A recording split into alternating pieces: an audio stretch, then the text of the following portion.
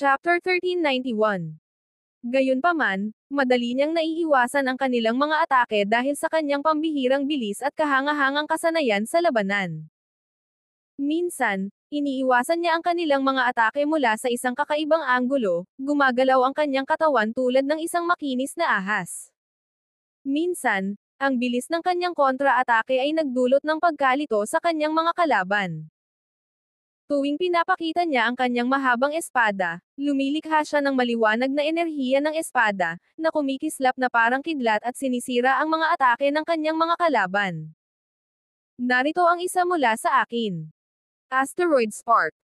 Inilabas ng ikatlong eksperto ang kanyang kamay at pinindot ang kanyang mga daliri, nagpapalabas ng isang pagsabog ng enerhiya na parang meteor. Ang enerhiya ay napakalakas na kahit ang espasyong dinaanan nito ay tila umiikot. Sa kabila ng pagiging kulang sa bilang at inaatake gamit ang iba't ibang teknik, lalo lamang lumakas si Sebastian sa bawat atake. Bawat galaw niya gamit ang kanyang espada ay mapanira, at nagawa niyang lampasan ang depensa ng mga eksperto ng Gaudium Sacred Ground. Ang kanilang mga atake ay tila napakahina sa presensya ni Sebastian at hindi makapagdulot ng anumang tunay na pinsala sa kanya. Bawat engkwentro ay nagdulot ng nakakabinging tunog at mga nagliliparang spark, parang isang nakakasilaw na bagyo. Habang nagpapatuloy ang laban, unti-unting nagpakita ng pagkabigla at kawalang pag-asa ang mga eksperto mula sa Gaudium Sacred Ground. Hindi nila akalain na hindi pa rin sila makakatapat kay Sebastian kahit na nagkaisa na sila. Parang isang di mapapatalong Diyos ng digmaan, si Sebastian ay isang nakakatakot na presensya sa larangan ng digmaan. Imposible ito. Paano siya nagiging ganito kalakas? Sigaw ng isang eksperto mula sa Gaudium Sacred Ground. Ang tingin sa mga mata ni Sebastian ay naging mas malamig sa bawat segundo, puno ng masamang balak. Ang mahabang espada sa kanyang kamay ay sumasayaw na parang nasa bagyo, naglalabas ng nakamamatay na atake sa bawat galaw. Ang mga eksperto mula sa Gaudium Sacred Ground ay isa-isa nang bumagsak sa ilalim ng kanyang mga atake. Dumadaloy ang dugo sa lupa, tinatabangan ang lupa ng madilim na pulang kulay. Lalong lumala ang takot ng iba nang makita ito, at nagsimula silang tumakas ng may takot. Sa kabila nito, wala namang balak si Sebastian na palipasin sila at hinabol sila, na nag-iwan ng larangan ng pagpatay sa likuran. Para siyang pagdating ng kamamatay, kumukuha ng buhay habang siya'y naglalakad. Sa huli, pinatay niya ang karamihan sa kanyang mga kaaway, pinuno ang larangan ng digmaan ng mga bangkay at dugo. Nakatayo si Sebastian doon na parang isang Grim Reaper, at ang mga manunood ay nagulat na hindi makapagsalita. Mag-isa, natalo niya ang halos 30 eksperto at pinatay ang halos 20 sa kanila, kabilang sina Kelly, Roland, at isang siyam na bituin na Lesser Deity Master mula sa Gaudium Sacred Ground. Ang lakas na ito ay nakakatakot, at may ilan pang nagduda na siya ay isang Intermediate Deity Master. Nang malapit nang umalis si Sebastian, isang figure ang lumitaw sa harap niya na parang isang multo. Katulad ni Sebastian, ang lalaki ay nakasuot ng puting balabal.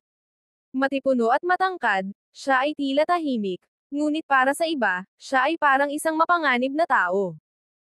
Iyan si Porter Cordell, ang Holy Son ng Violet Scared Ground. Anong ginagawa niya rito? Gusto rin ba niyang patayin si Sebastian? Nagtaka ang mga tao.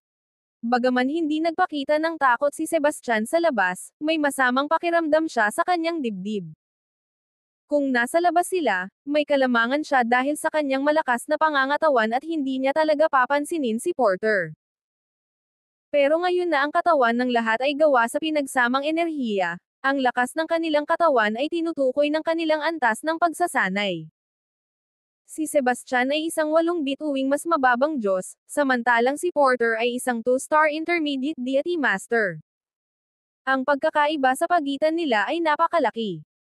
Kung hindi siya dumaan sa isang malaking laban kanina, maaari sana niyang labanan si Porter na may espada sa kanyang kamay at ang kanyang pag-unawa sa intensyon ng espada.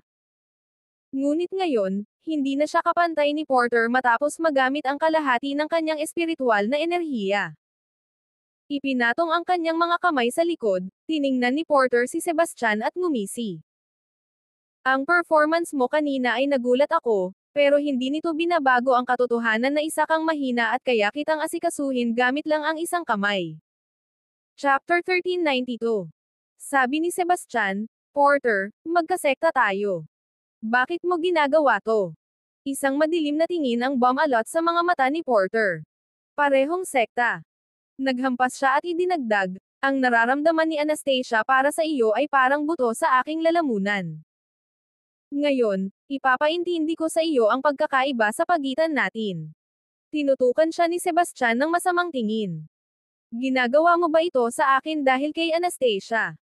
Isa itong sapat na dahilan para patayin kita ng 10 beses. Nang hindi nag-aaksaya ng oras, biglang nawala si Porter at sumugod kay Sebastian. Mabilis na kinuha ni Sebastian ang kanyang espada muli upang ipagtanggol ang sarili, ngunit mabilis at malakas si Porter. Bawat atake niya ay nagdulot ng pangangalay sa mga kamay ni Sebastian.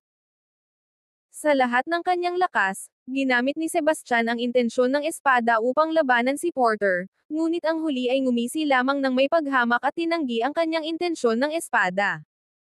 Paano mo maisip na makipaglaban sa akin kung ito lang ang kaya mo?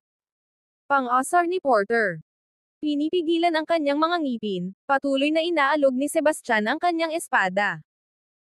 Kahit na si Porter ay umaatake gamit ang mga kamay lamang, unti-unti siyang naitulak sa sulok at nakakuha pa ng ilang sugat sa kanyang katawan. Ang mga tao ay nag-aalala kay Sebastian. Sa parehong oras, alam nila na halos wala na siyang pagkakataong manalo kapag napakalaki ng pagkakaiba sa kanilang paglinang.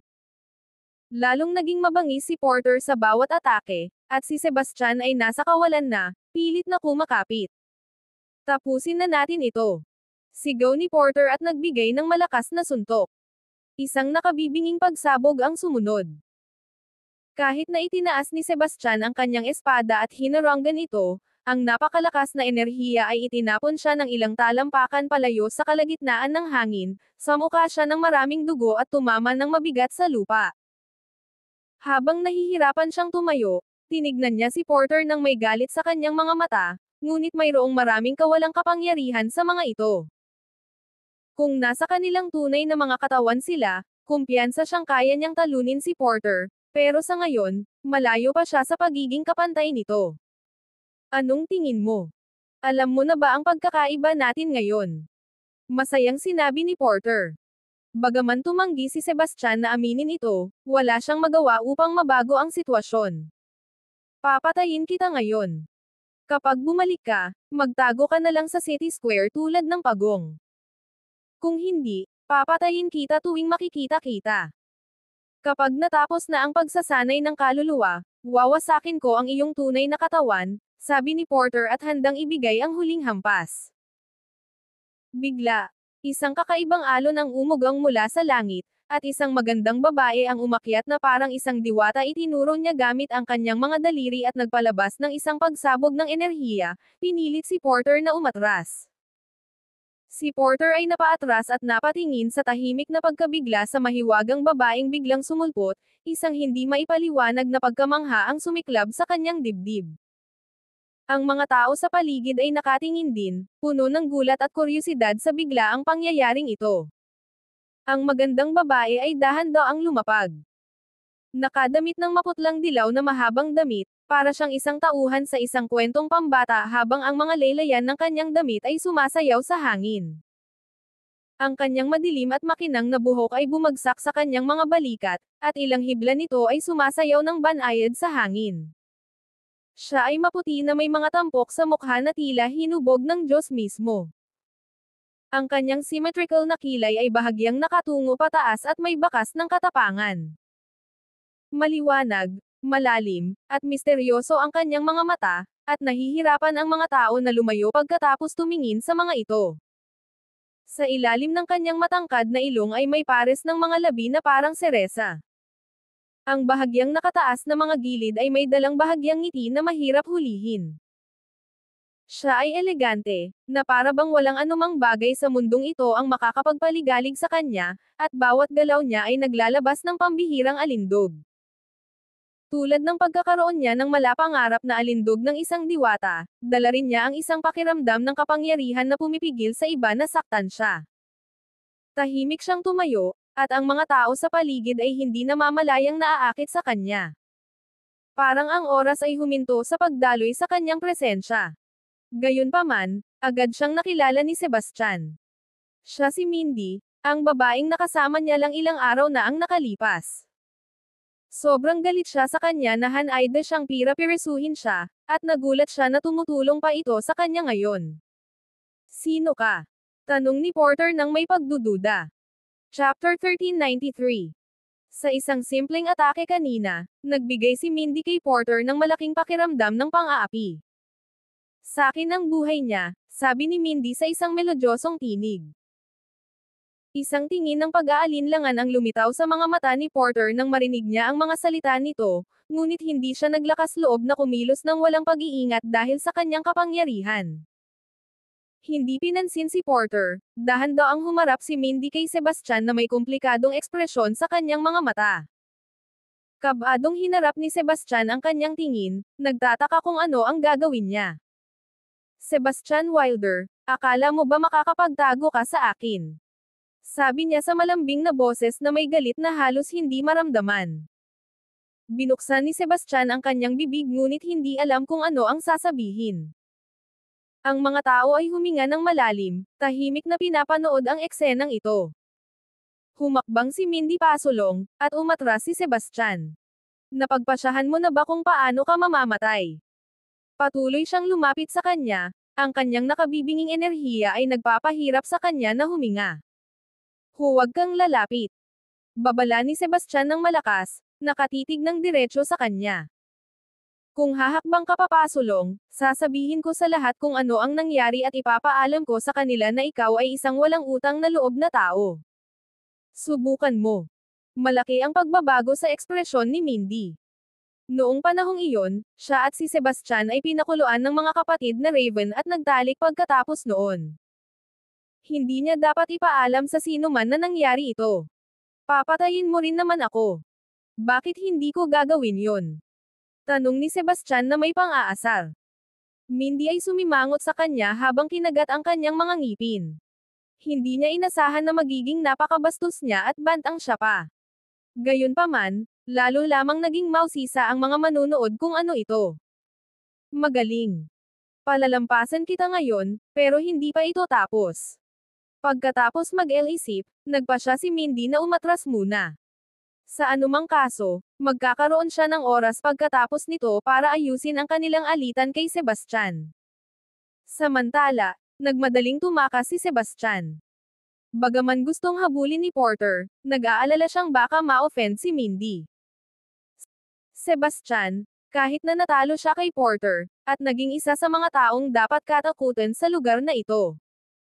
Hindi lamang sa Ascendant Isle, kundi naging sikat din siya sa labas ng mundo. Matapos niyang patayin ang higit sa 100 eksperto, kabilang si Brody, tumaas muli ang kanyang puntos mula 1259 hanggang 2018. Bukod pa rito, ang kanyang ranggo ay tumaas mula 816 hanggang 187. May isang taong masayang tumawa sa plaza sa Violette Sacred Ground.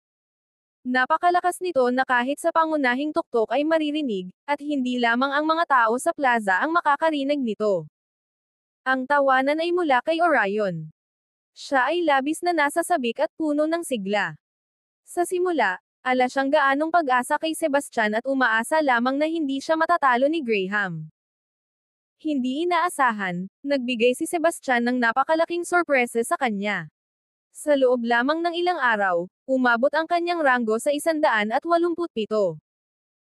Ang Sovereign Trial ay nagtipon ng lahat ng henyo sa mundong ito na wala pang 100 taong gulang, at 100 sa kanila ay nasa Potential Leader Chart.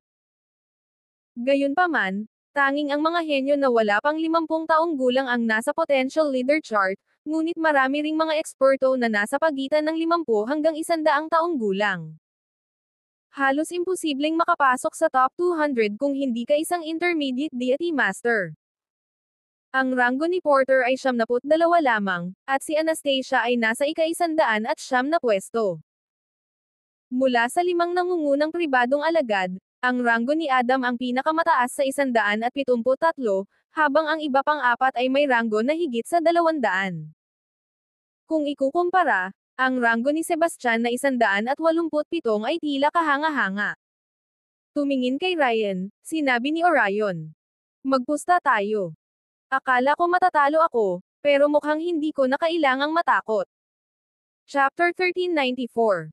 Ang ekspresyon sa mukha ni Ryan ay labis na hindi kaaya-aya. Humalaklak siya at sinabi, huwag kang magalak ng maaga. Ang tagal ng Ascendant Trial ay 1 taon, at ilang araw pa lang ang lumipas. Hanggang hindi pa natatapos ang pagsubok, wala pang nakakaalam kung sino ang mananalo. Maghintay tayo at tingnan. Pero una, hayaan mong tumawa pa ako ng kaunti, sabi ni Orion at muling humalaklak sa kanyang pinaka-nakakainis na ekspresyon. Halos sumabog si Ryan sa galit.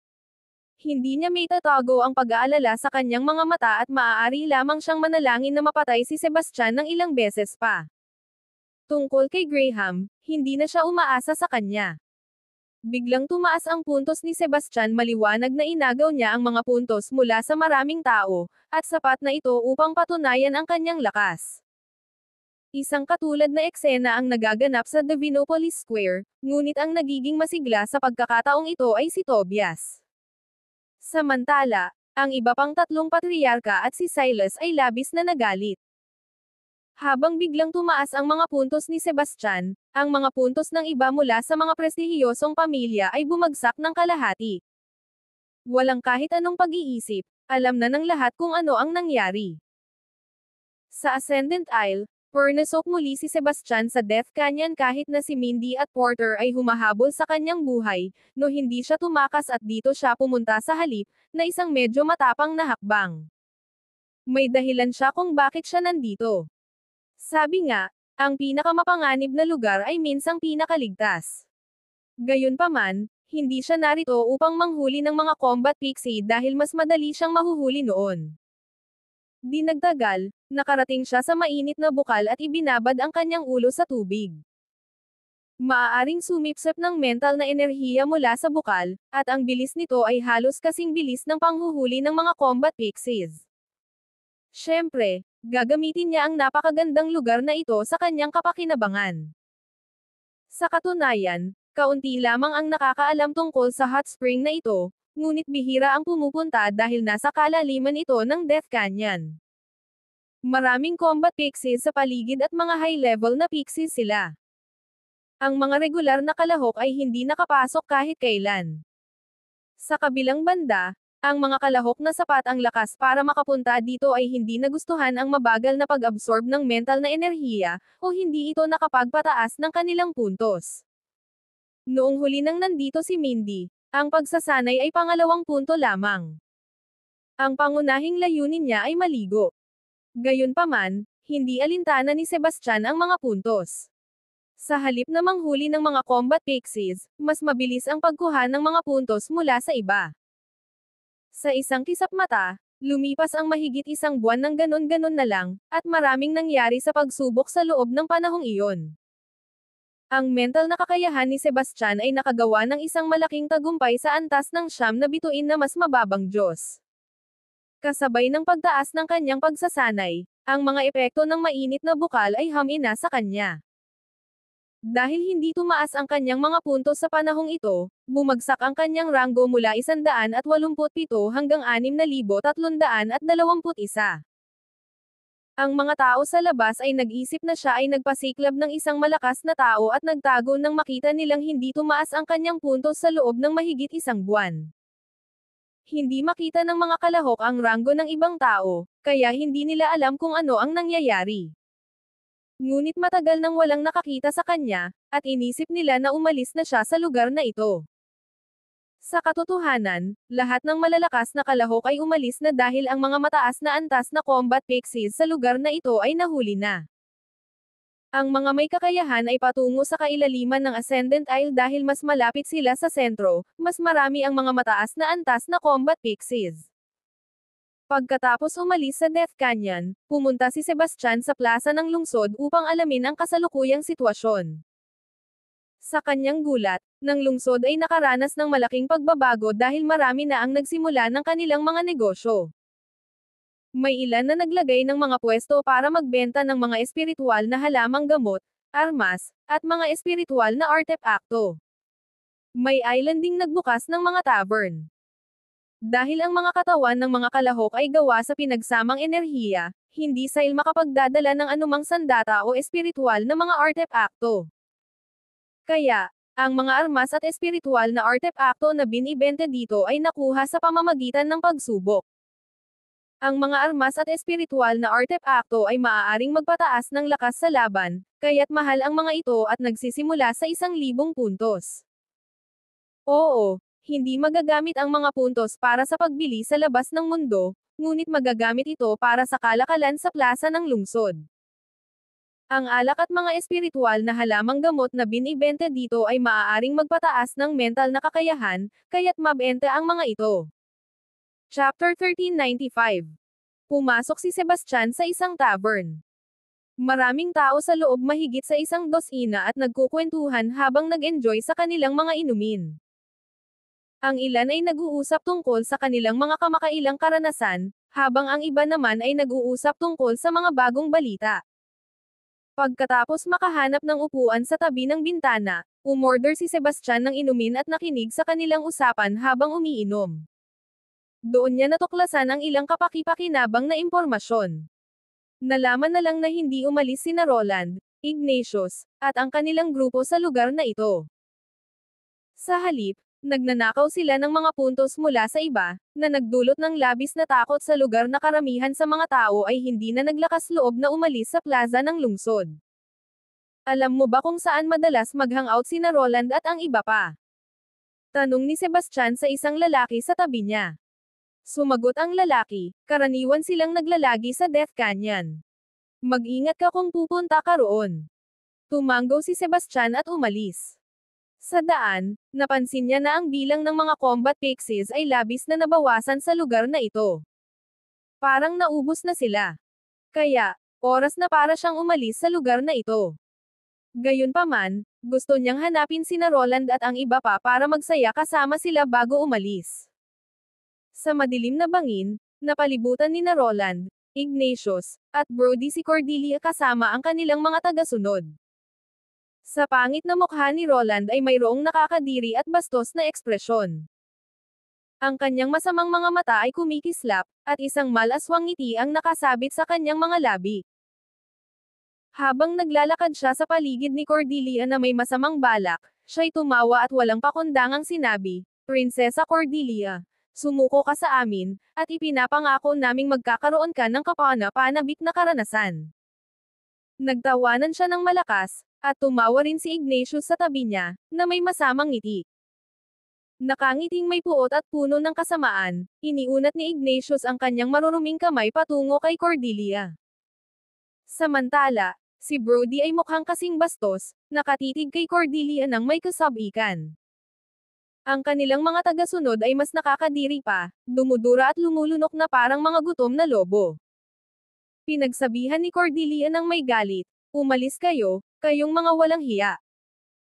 Sa kabila nito, hindi nila pinansin ang kanyang pagtutol, at biglang inatake siya ni Roland, itinulak siya sa lupa ng magaspang bago sinimulang punatin ang kanyang mga damit. Si Cordelia ay nagpakahirap sa takot. Ang kanyang mukha ay namula sa galit at takot, at ang kanyang mga mata ay puno ng kawalang pag-asa at kawalang magawa. Sa lahat ng kanyang lakas, siya'y sumipa at kumilos ng kanyang mga kamay at paa sa pagtatangkang pigilan ang kanilang panggagahasa. Gayunpaman, ay lamandaragit. Ang lungkot at galit ay bumuhos sa kanyang puso habang pamatak ang mga luha sa kanyang mga mata. Sa huli, pumikit siya sa kawalang pag-asa. Sa sandaling malapit nang makuha ni Roland at ng kanyang grupo ang kanilang nais, may isang tinig na umabot, "Tumigil kayo, kayong mga kasuklam-suklam na mga tao." Lumingon ang lahat sa pinagmulan at nakita si Sebastian na umaakyat malapit. Mukhang galit na galit siya, at ang apoy ng galit ay nagliliyab sa kanyang mga mata. Sa simula, nagulat si Roland at ang iba pa at tila natatakot, ngunit hindi nagtagal, napagtanto nila na ang kanilang pagsasanay ay umunlad ng husto kamakailan, at unti-unti nilang nakuha muli ang kanilang kumpiyansa. Si Roland ay humalaklak at sumigaw ng matindi, "Wilder, paano mo naglakas loob na magpakita? Ngayon ang araw ng iyong kamatayan." Si Sebastian ay humalaklak at lumapit sa kanila na may hawak na mahabang espada. Sang makapangyarihang enerhiya ang lumabas mula sa kanya habang sinabi, "Kahit isang grupo ng basura tulad ninyo ang gustong pumatay sa akin, ha? Papatayin ko kayo ulit ngayon. Malaki ang sinasabi mo. Iba na ang panahon ngayon. Ngayon, gagawin kong mas masahol pa ang buhay mo kaysa kamatayan." Inilabas ni Roland ang kanyang kamay, at ang iba ay pinalibutan si Sebastian, dala ang masamang balak. Sa nakaraang buwan, pinalakas nila ang kanilang mental na kakayahan at higit pa sa doble ang lakas kumpara sa isang buwan na ang nakalipas. Ito ay nagbigay sa kanila ng labis na kumpiyansa. Chapter 1396. Si Sebastian ay ngumisi ng may paghamak, na nagpasindak kina Roland at sa iba pa sa loob ng isang segundo. Umatake tayong lahat ng sabay-sabay. Kaya nating talunin siya kung magsasama-sama tayo. Sugod. Isang sigaw ng digmaan ang pinakawalan ni Ignatius at siya ang unang umatake, sinaksak si Sebastian sa hangin. Sa isang pagungol, inihampas ni Sebastian ang kanyang mahabang espada, at isang intensyon ng espada ang lumabas. Sa isang malakas na pagsabog, agad na nabasag ang espada ng enerhiya ni Ignatius. Susunod, sinimulan ni Sebastian ang isang pag-atake sa pamamagitan ng pagtusok ng kanyang espada, tinamaan ang mahalagang bahagi ni Roland ng kasing bilis ng kidlat.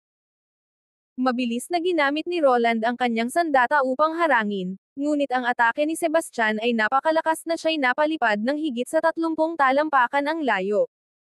Nang binuksan ni Roland ang kanyang bibig, sumabog ang sariwang dugo. Pagkatapos, si Ignatius ay sumugod sa kanya gamit ang isang malapad na espada. Umilag si Sebastian at inwasan ito. Sinamantala niya ang pagkakataon, at pinagsasaksak ang kanyang malapad na espada, at ang mga braso ni Ignatius ay nangalay mula sa malakas na puwersa. Sinubukan ni Brody na atakihin si Sebastian mula sa likuran, ngunit biglang nawala ito at naiwasan siya na parang nakatingin ang mga mata nito sa likod. Paglingon, hinati ni Sebastian si Brody sa gitna. Sa kanilang takot, napagtanto ni na Roland at ng iba pa na wala silang laban kay Sebastian. Sa loob lamang ng ilang segundo, napatay na ni Sebastian ang higit sa kalahati sa kanila. Imposible ito. Bakit ang lakas-lakas mo? Sigaw ni Ignatius sa galit. Kasi basura kayo. Nakasulat ang paghamak sa mukha ni Sebastian, at ang kanyang mga mata ay kasing talim ng maaari. Ang kanyang anyo ay kumislap habang siya ay tumakbo patungo kay Roland at sa iba pa. Ang espada sa kanyang kamay ay patuloy na umuugoy, at mga alon ng enerhiya ng espada ay sumugod patungo sa kanila na parang bagyo.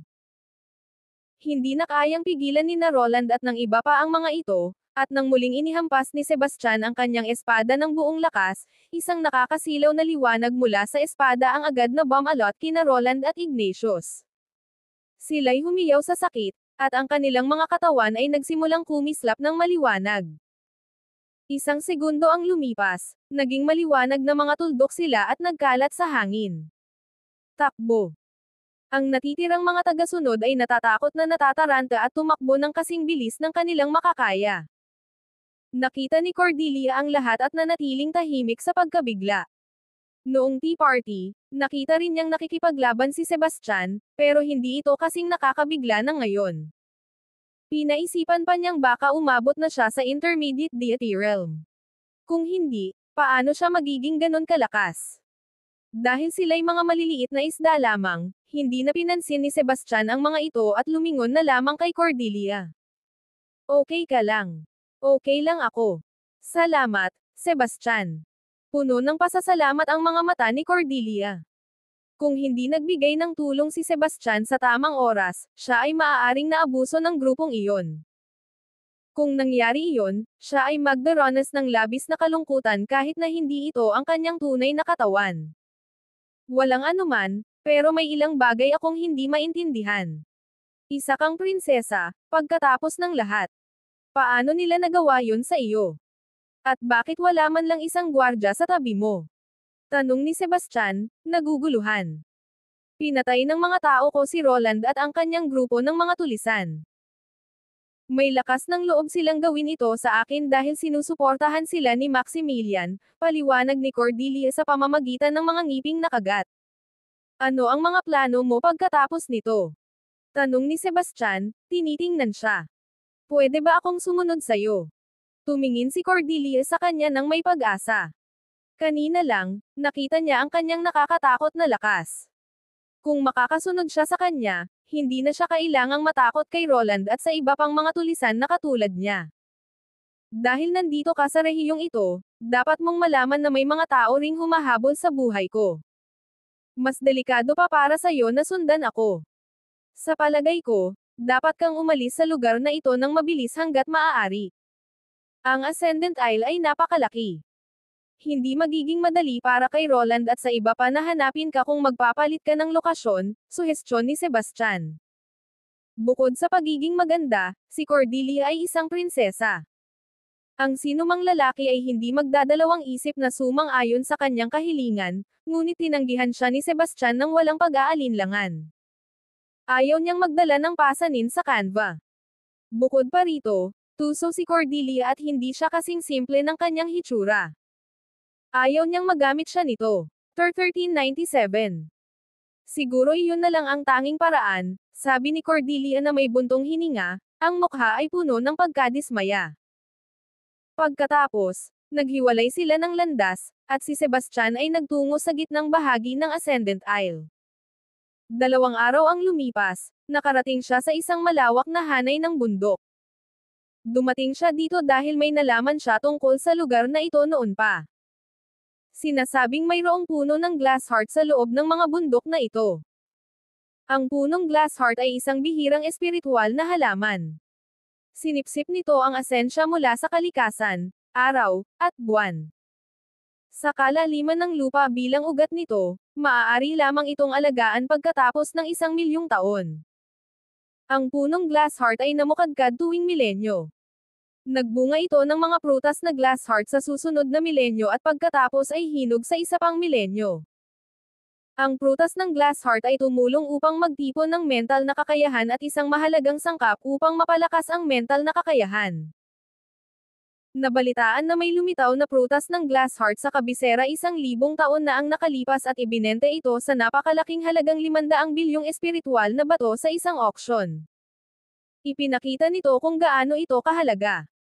Ito ay purong aksidente kung paano nagsimulang kumalat ang balita tungkol sa punong glassheart. Habang hinahabol ng isang grupo ng mga combat pixies ang isang intermediate deity master, nakatakas siya sa isang lambak sa pamamagitan ng pagkakataon, at ang puno ng glassheart ay nasa lambak na iyon. Dahil ang mga combat pixies ay mainit na mainit sa kanyang mga takong noon, hindi niya nani ang prutas ng glassheart kahit na nakita niya ito. Matapos mapagpag ang mga combat pixies, gusto niyang anihin ang prutas ngunit hindi na niya ito makita. Sobrang dami ng mga high-level na combat pixies sa lugar na iyon, at madaling mapahamak ang sinuman kung magpapabaya sila. Walang magawa, ipinakalat ng lalaki ang balitang ito, umaasang makakalaban ang mga pixies sa tulong ng publiko upang makahanap siya ng prutas na glassheart. Bagaman maaaring wala itong patutunguhan, may kaunting pag-asa pa rin. Si Sebastian ay naghanap sa hanay ng bundok na ito ng ilang oras. Totoo na ang lugar ay puno ng mga combat pixies, at ang ilan pa nga ay mga pixies sa intermediate deity realm. Sa kabutihang palad, ang kanyang mental na kakayahan ay umabot na sa 9 na bituin ng lesser deity realm. Habang tumataas ang kanyang pagsasanay kasabay ng kanyang mental na kakayahan, nangangahulugan ito na siya ay kasing lakas ng isang 9 bituin na mas mababang Diyos na nag-aaral. Si Sebastian ay nag-iimbak ng aktibo at pasibong enerhiya.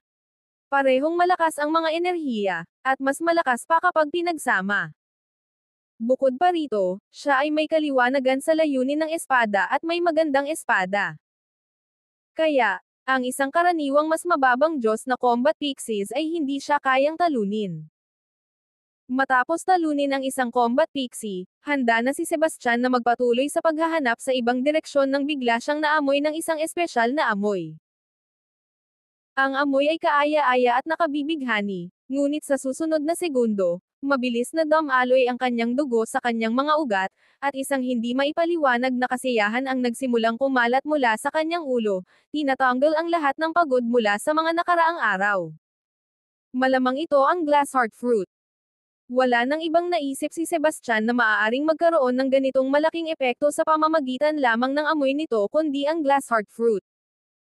Pumikit si Sebastian at ginamit ang kanyang puso upang madama ang pinagmulan ng amoy. Di nagtagal, natukoy niya ang direksyon at tumalon pababa, patungo sa isang lambak sa ibaba. Mukhang kumalat ang amoy sa isang iglap, na marahil ay nangangahulugang ito ay kakahinog lamang. Halos sabay-sabay, umabot ang amoy na ito sa mga tao sa loob ng 100 milya. Lahat sila ay nawalan ng bait, nagmamadali patungo sa pinagmulan ng amoy sa kanilang pinakamabilis na bilis. Mula sa pananaw ng isang ibon, makikita ang isang malaking bato sa isa sa mga lambak, at katabi ng bato ay isang luntiang, maliit na puno. Ang puno ay mas mababa sa 2 talampakan ang taas at ganap na berde ang kulay, na parang inukit mula sa isang esmeraldang bato. Chapter 1398. Ang malalambot na sanga ay sumasayaw kasabay ng hangin, at 9 na berdeng prutas na kasing laki ng golf balls ang nakabitin mula rito. Ito ang mga prutas ng glass heart. Nabalitaan na ang pagkuha ng isang prutas ay maaaring magpataas ng antas ng pagsasanay ng isang intermediate deity master ng isang maliit na antas. Dahil dito, ito ay itinuturing na isang napakahalagang kayamanan. Walang bilang na mga tao ang naganadali patungo sa lambak mula sa lahat ng direksyon. Sa isang sulyap, may hindi bababa sa 100 tao, kabilang ang mga matitipunong kabataan tulad ni Porter at Maximilian. Si Sebastian ay nagmadali rin at dahil siya ang pinakamalapit, siya ang unang lumipad sa ibabaw ng lambak at agad na nakita ang mga prutas ng glass heart. Walang pag-iisip, inabot niya ang puno at inani ang 9 na prutas ng glass heart sa isang galaw ng kanyang braso, agad itong inilagay sa isang kahon ng kahoy. Gumawa siya ng kahon ng kahoy ilang araw na ang nakalipas lalo na para sa pag-iimbak ng mga prutas ng glass heart. Dahil ito ay dahil ang enerhiya sa loob ng mga prutas ay unti-unting nawawala kapag ito ay inaani. Mas mabuti sanang ilagay ang mga ito sa isang kahon na gawa sa esmeralda, pero mahirap gawin iyon sa isang lugar na katulad nito. Kaya, kinailangan niyang gumawa ng kahon mula sa kahoy. Matapos ilagay ang mga ito sa isang kahon na kahoy, mabilis na nagdagdag si Sebastian ng selyo dito at nagmadaling lumipad patungo sa kalangitan. Bago makaalis si Sebastian sa lambak, may sumigaw mula sa itaas, "Iwanan mo ang mga prutas ng glass heart." Dumating si Maximilian at iniunat ang kanyang kamay upang agawin ang kahon. Walang paraan na papayagan ni Sebastian siyang makuha ito, kaya nagmadali siyang nagbago ng direksyon at lumipad sa ibang daan. Ngunit marami ng tao ang dumating sa puntong iyon, at muli siyang naharang sa kanyang daraanan. Sa pagkakataong ito, may isang kabataan na nakasuot ng itim na balabal ang hamarang sa kanyang daraanan. Ang enerhiya sa paligid niya ay makapangyarihan, iinisip ni Sebastian na tiyak na kasing lakas siya ng isang banal na anak. Ang isang eksperto sa antas ng Holy Son ay hindi isang tao na kayang hawakan ng karaniwang intermediate deity master. Karaniwan silang nasa antas ng hindi bababa sa 2 bituin intermediate deity at nag-aral ng mga nakataas na teknika. Bukod dito, mayroon silang malalakas na pangangatawan karaniwang may mga espiritual na konstitusyon at may mga kasanayan sa labanan na higit pa sa kanilang mga antas ng pagsasanay. Hindi pa siya katapat ng mga ito, kaya mabilis siyang nagbago ng direksyon muli, ngunit may isa pang binatang lumapit sa kanya. "Ibigay mo ang mga prutas ng glass heart, at paliligtasin kita." Utos ni Porter ng may banta. Lahat ng tatlo ay tumakbo patungo sa kanya ng napakabilis, at may mga tao pang paparating mula sa malayo.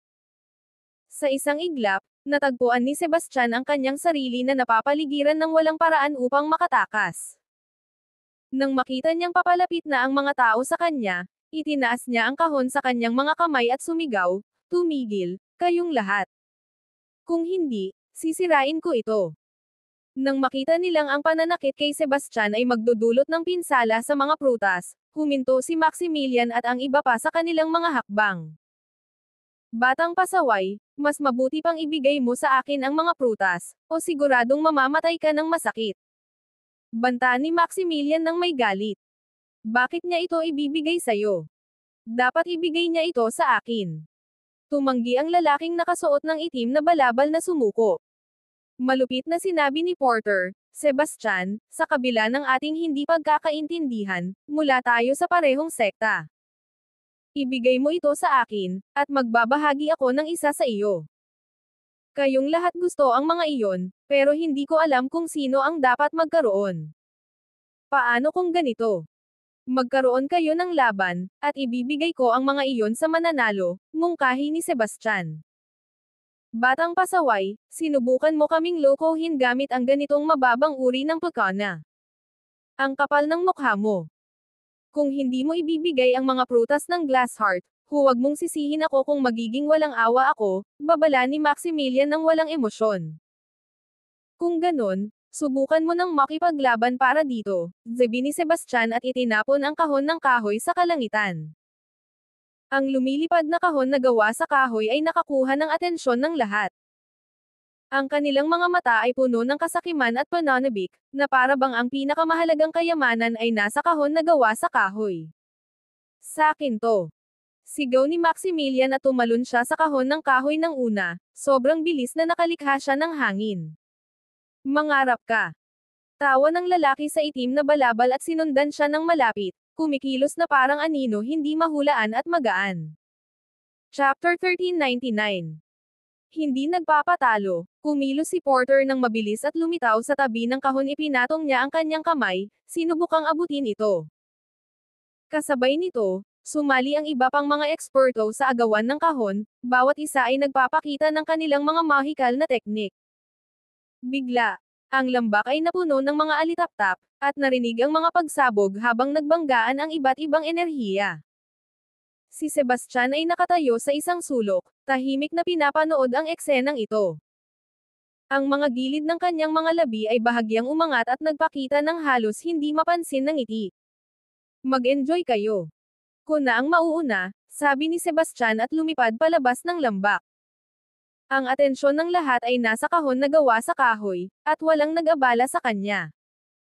Ang buong grupo ng mga tao ay gustong makuha ang kahon na gawa sa kahoy, ngunit kahit sino pa ang lumapit dito, sila'y sasalakayin ng iba ng labis. Sa mga taong ito, ang pinakamalakas ay sina Porter, Maximilian, at ang lalaking nakasuot ng itim na balabal. Ang mga pagkakaiba sa kanilang lakas ay hindi malaki, at pinigilan nila ang isa't isa. Ang iba ay malinaw na hindi kasing lakas nila. Gayunpaman, marami ang nang-ahas para makuha ang kahon. Inaasahan na ang kinalabasan, bago pa man sila makalapit sa kahon, natalo na sila ng iba. Sa loob ng ilang sandali, nanatiling patay ang sitwasyon. Samantala, si Sebastian ay tahimik na bumalik sa lambak, dahan-daang lumapit sa isang lugar malapit sa puno ng glass heart, at kinuha ang isang kahoy na kahon mula sa isang bitek sa pagitan ng mga bato. Naghanda siya ng 2 kahoy na kahon noong ginagawa niya ang mga ito sakaling mangyari ang ganitong sitwasyon. Sa wakas, napatunayan na siya ay may malawak na pananaw. Gamit ang isang walang laman na kaban, matagumpay niyang nailihis ang atensyon ng lahat. Matapos kunin ang kahoy na kahon, mabilis siyang umatras, ngunit napansin ni Porter ang kahon sa kanyang mga kamay sa pagkakataong ito. Isang kisap mata lang ang kailangan niya para maunawaan kung ano ang nangyayari. Patay ka na, Sebastian. Sigaw niya at binitiwan ang laban para sa kahon. Sa halip, humarap siya at hinabol si Sebastian.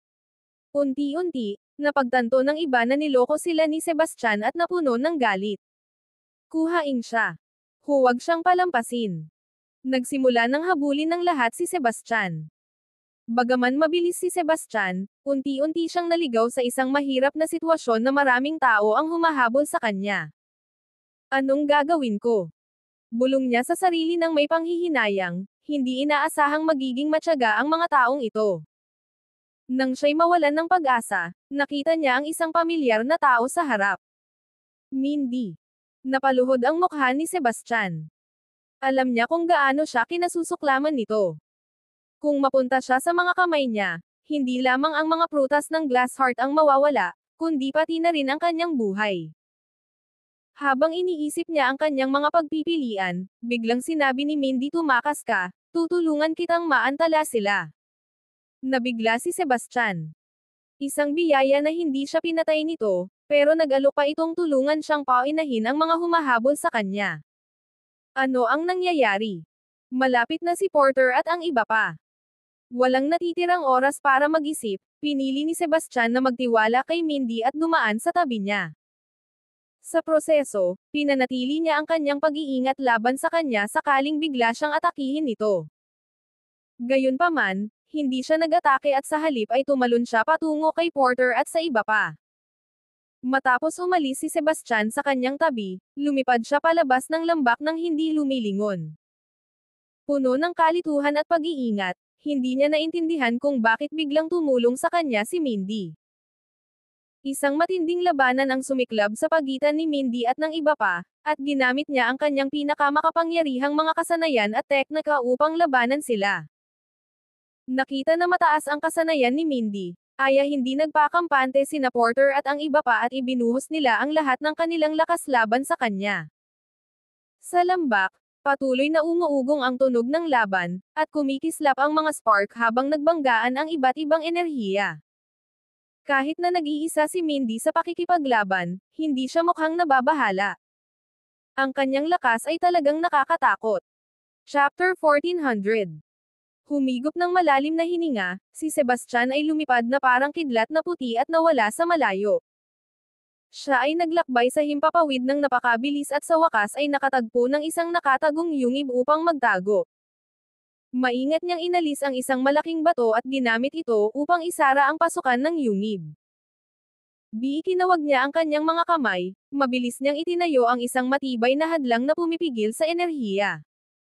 Nang matapos ang lahat ng iyon, naglabas siya ng malalim na hininga ng ginhawa. Ang misyon ngayon na nakawin ang mga prutas ng glass heart ay mapanganib at mahirap. Sa kabutihang palad, nagtagumpay siya sa kanyang talino at tapang. Hindi mapakali, binuksan niya ang kahon ng kahoy sa kanyang kamay at nakita ang 9 na prutas ng glass heart na tahimik na nakahiga dito. Ito ang mga prutas na nakuha niya matapos ang maraming hirap. Pinagmamasdan niya ang mga prutas na may kasiyahan, ang kanyang mga mata ay sumasayaw sa pananabik.